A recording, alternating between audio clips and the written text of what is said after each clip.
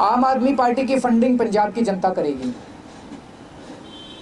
जैसा कि मैं बार बार कहता हूं, हमारे पास चुनाव नहीं है, चुनाव लड़ने के लिए पैसा नहीं है।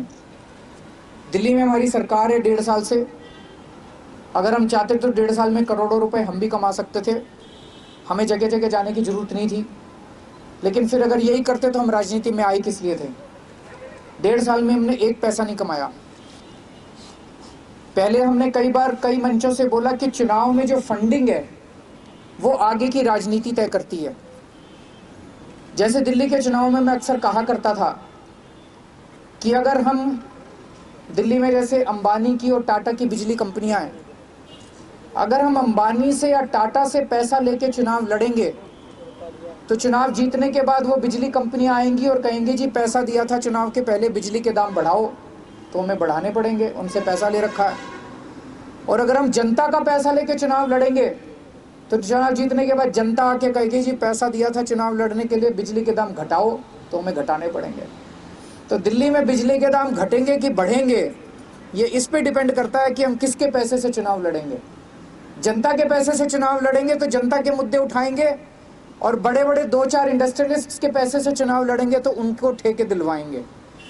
आज हम इस मंच से पंजाब के लोगों को भी अपील कर रहे हैं कि दिल खोल के दान दें पंजाब का चुनाव लड़ने के लिए, और पंजाब का हर आदमी आज कसम खाए कि 100-100 लोगों को आम आदमी पार्टी को वोट देने के लिए तैयार करेगा।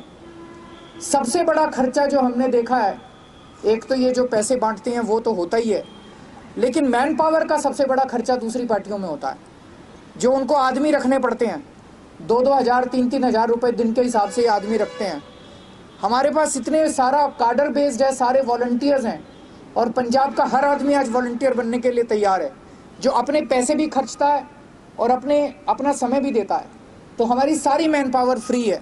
तो हमारे बहुत कम पैसे में दिल्ली का चुनाव हम लोगों ने 20 करोड़ रुपए में, टोटल 70 कैंडिडेट्स 20 करोड़ रुपए में लड़े थे। 20 करोड़ रुपए तो इनका एक एमएलए के चुनाव में खर्च हो जाता है। तो आज आप सब लोगों के माध्यम से पंजाब की जनता से हम अपील करना चाहते हैं कि ये एक तरह से धर्म और अधर्म के बीच की लड़ाई है, ईमानदारी और बेईमानी के बीच की लड़ाई है, सच्चाई और झूठ के बीच की लड़ाई है, नया पंजाब बनाने की लड़ाई है। इसमें सब पंजाब के लोगों को, एक एक आदमी को साथ आना चाहिए, और एक एक आदमी को 100-100 वोट आम आदमी पार्टी के लिए तैयार करने के लिए वो करना पड़ेगा, और दिल खोल के दान देना पड़ेगा। वैट के रेट हम लोगों ने अक्रॉस द बोर्ड कम कर दिए इस बजट में।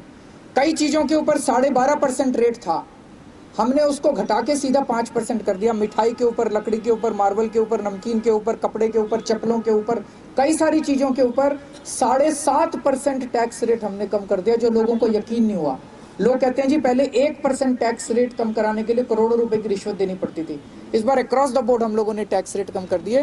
व्यापारियों से आप पूछिए दिल्ली के अंदर, जो कि पहले बीजेपी का वोट बैंक माना जाता था, आज व्यापारी कहते हैं जी अगर ट्रेडर्स की, व्यापारियों की कोई एक पार्टी है तो आम आदमी पार्टी है। कैप्टन साहब आपको चैलेंज कर रहे हैं जी ओपन डिबेट के लिए। वो हमारे पंजाब के हीरोज के साथ डिबेट करने में क्यों शर्मा रहे हैं। भगवंत मान ने आज चैलेंज किया।